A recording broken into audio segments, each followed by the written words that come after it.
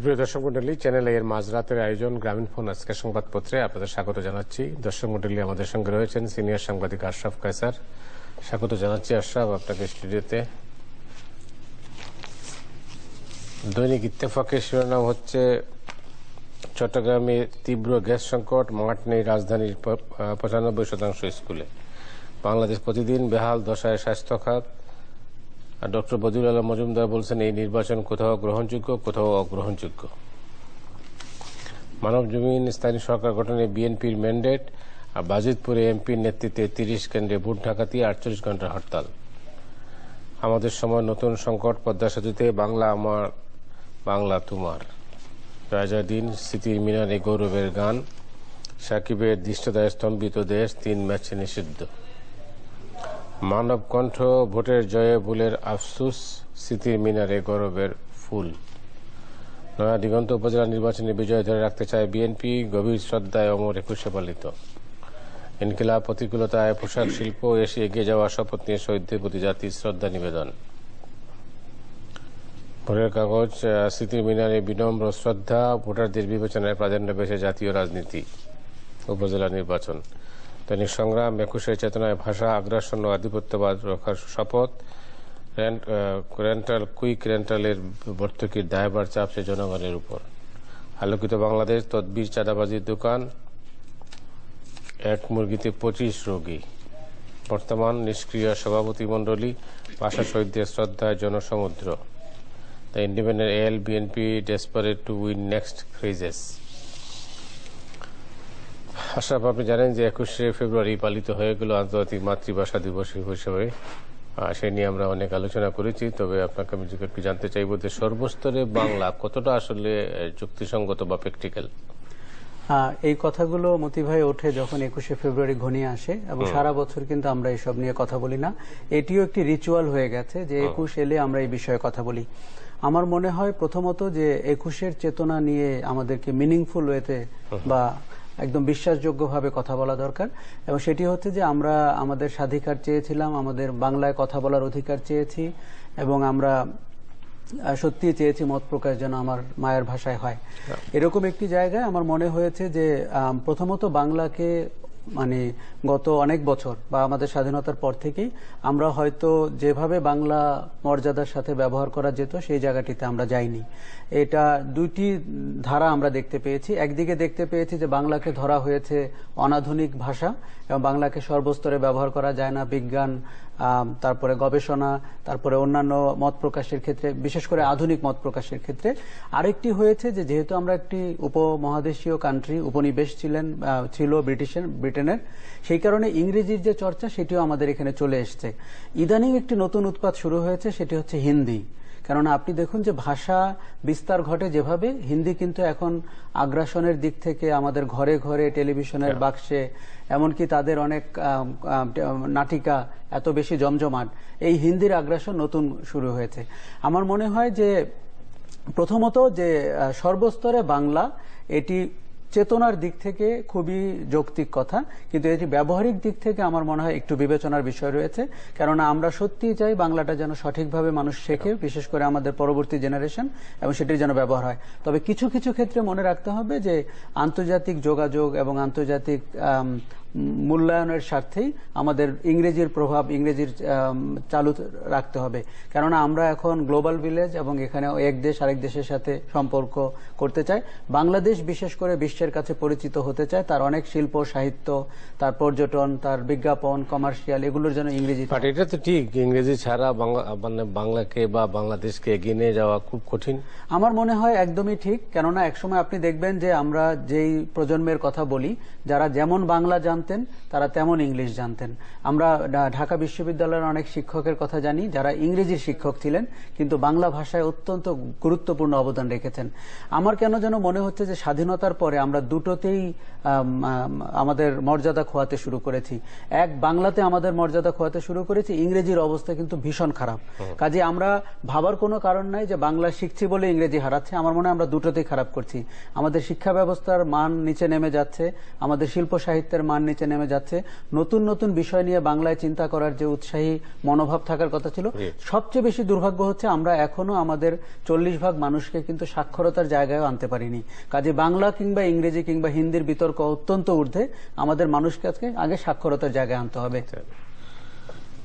কেমন দেখলেন উপজেলা নির্বাচন? উপজেলা নির্বাচন আমার মনে হয় যে যদিও এটি স্থানীয় সরকারের নির্বাচন, রাষ্ট্র ক্ষমতা বা পরিবর্তনের কোনো সুযোগ এতে নেই, কিন্তু জনমতের এক ধরনের প্রভাব এর ভেতর দিয়ে বেরিয়ে এসছে। খুব গভীরভাবে পর্যবেক্ষণ করলে আমার মনে হয় যে এটি রাজনৈতিক দলগুলোকে খুব গুরুত্বপূর্ণ সিগন্যাল দিচ্ছে। আর এই জন্যই এই সিগন্যালটি জরুরি, কেননা আপনি 5ই জানুয়ারির নির্বাচনে আমরা জনমতের প্রতিফলন হতে দেখিনি। সেই নির্বাচনে বাংলাদেশের মানুষ তার মতামত প্রকাশ করতে পারেনি এবং অধিকাংশ মানুষ বিনা প্রতিদ্বন্দ্বিতায় নির্বাচিত হয়ে আমাদেরকে সাংবিধানিক ধারাবাহিকতার একটি সরকার দিয়েছে, কিন্তু খুব প্রশ্নবোধক একটি নির্বাচন দিয়েছে। এবং বাংলাদেশের গণতন্ত্রের মান যেদিকে যাচ্ছিল, এটি সম্পূর্ণ উল্টো দিকে বাংলাদেশের গণতন্ত্রের মানকে নিয়ে গেছে।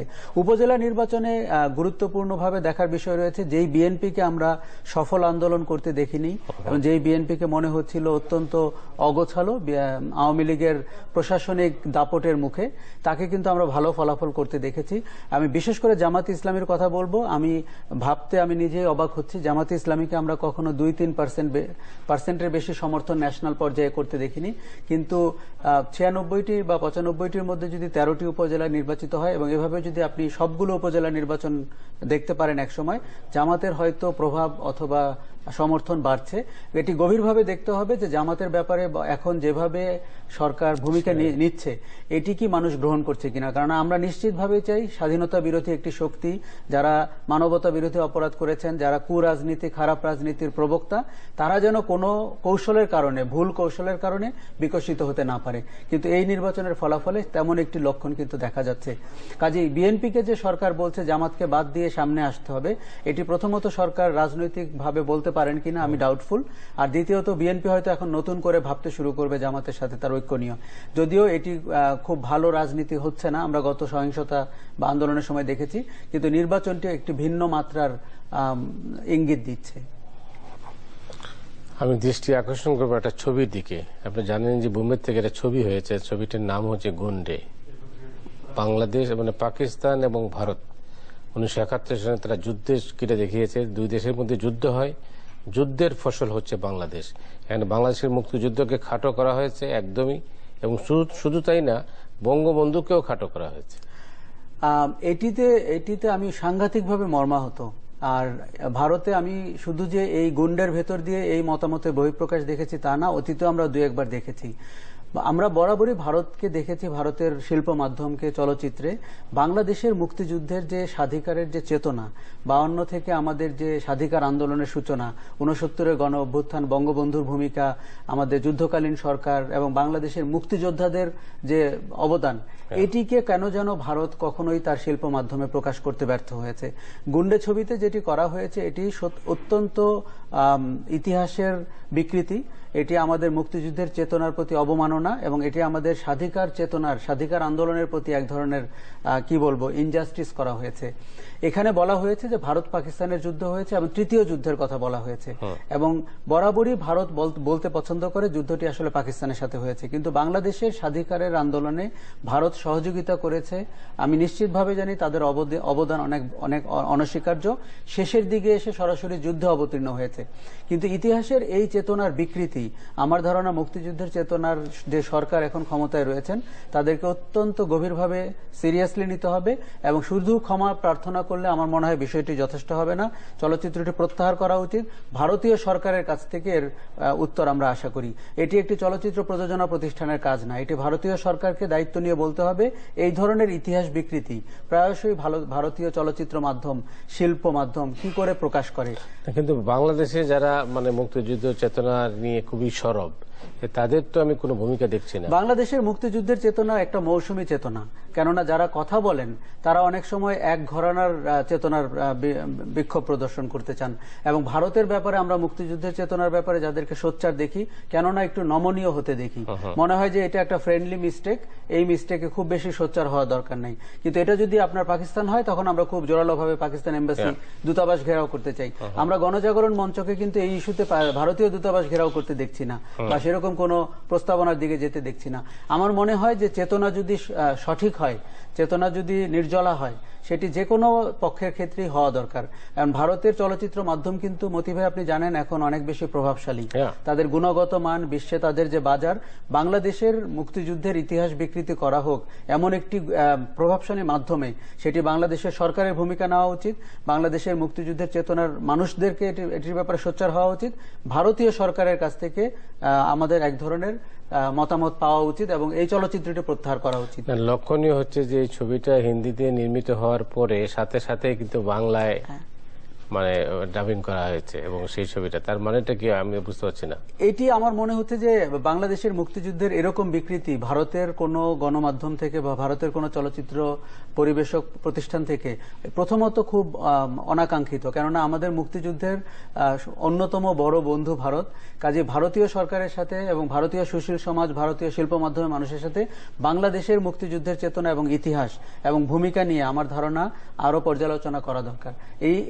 এই পার্থক্য আমাদেরকে খুব মানে আশাহত করছে এবং আমাদের মুক্তিযুদ্ধের প্রতি এক ধরনের অবমাননা বলে আমি মনে করি। অন্যদিকে যাই, সেটা হচ্ছে খেলা, ক্রিকেট দুনিয়ায়। এটা আজকের খবর হচ্ছে সাকিবের দৃষ্টতায় স্তম্ভিত দেশ, 3 ম্যাচে নিষিদ্ধ।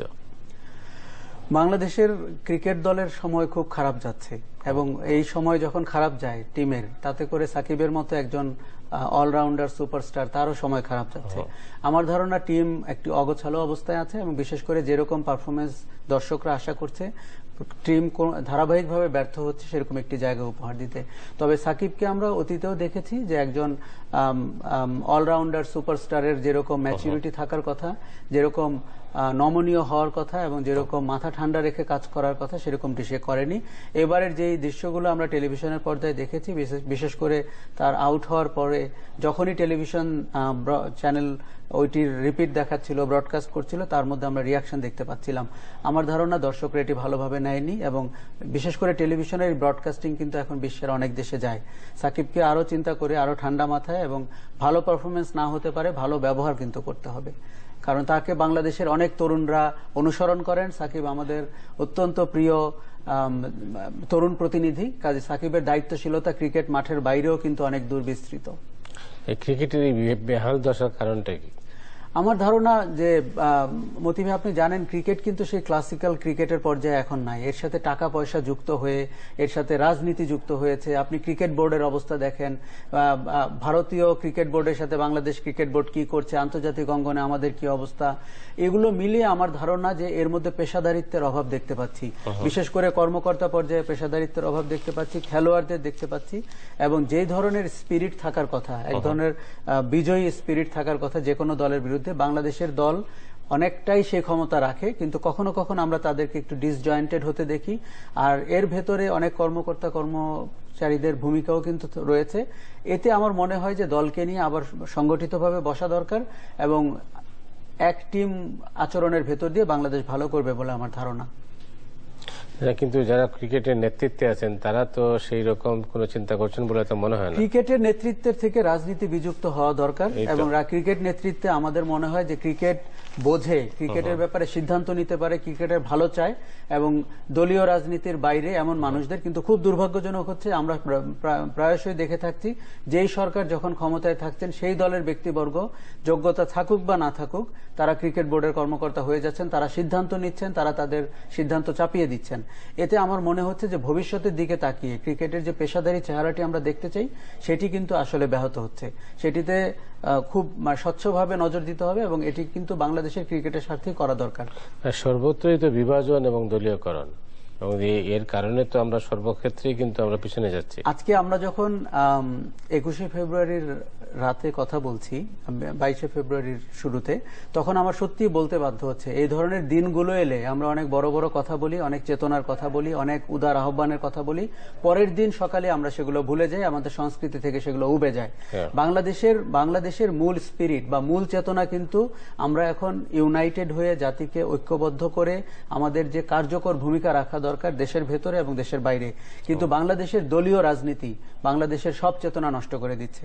বাংলাদেশের দলীয় রাজনীতি ক্ষমতা গ্রহণকেই রাজনীতি বলে ভাবছে, বাংলাদেশের দলীয় রাজনীতি ভিন্ন মতের মানুষকে সহ্য করতে পারছে না, বাংলাদেশের দলীয় রাজনীতিতে তার দলের লোকদেরকেই সবচেয়ে গুরুত্বপূর্ণ এবং যোগ্য মনে হচ্ছে।